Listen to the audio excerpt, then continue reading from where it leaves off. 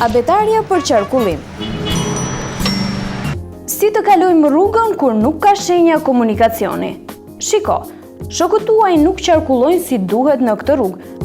Prandaj vozitësit vazhdimisht ju japin vërejtje me sirena automobili.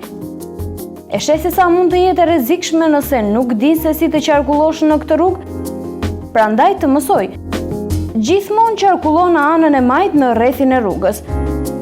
Ashtu më mirë do të mund të shikosh veturat që vinë në drejtimin tënd, kurse edhe ata të vërejnë ty.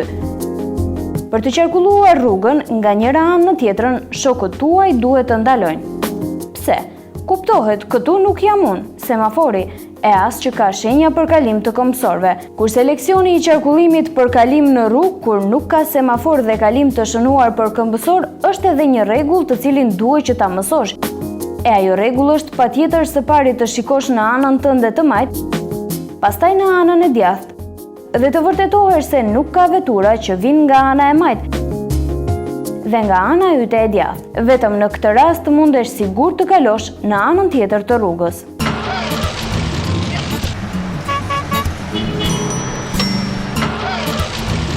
Abetarja për qarkullim.